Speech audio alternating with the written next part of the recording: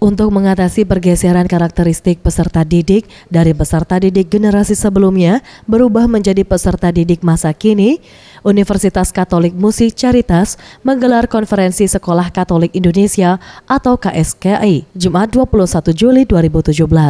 Dihadiri sebanyak 230 peserta yang berasal dari Provinsi Sumatera Selatan, Kepulauan Riau, Bangka Belitung, Bengkulu, Jambi, Lampung, dan Jawa Barat. Dengan rasa syukur kehadirat Tuhan yang Maha Esa, maka dengan ini saya selaku Rektor Universitas Katolik Musik Caritas menyatakan bahwa konferensi ini dibuka secara resmi. Selamat Santoso Sarwono, Rektor Universitas Katolik Musik Caritas mengatakan, acara ini bertujuan agar tenaga pengajar yang ada di Indonesia dapat terus berkembang dan terus berlatih, terutama memperbaiki suasana dalam mengajar. Sebab hal ini sangat penting dan sangat berpengaruh, diantaranya perubahan gaya belajar dan cara berpikir peserta didik yang khas. Ya, tujuannya untuk lebih mengembangkan guru. Saya kira guru tetap perlu terus berlatih untuk memperbaiki suasana dan tujuan pendidikan ke depan.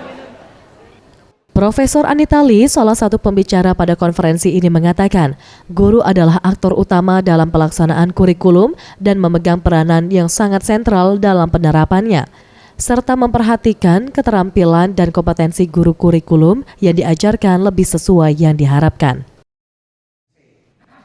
Guru itu adalah aktor utama dalam pelaksanaan kurikulum, tapi seringkali guru tidak diingat dalam proses perencanaan kurikulum. Padahal guru itu memegang peranan yang sangat sentral, karena studi-studi sudah menunjukkan ketika gurunya baik, gurunya cerdas, itu mempunyai dampak yang sangat positif terhadap prestasi anak.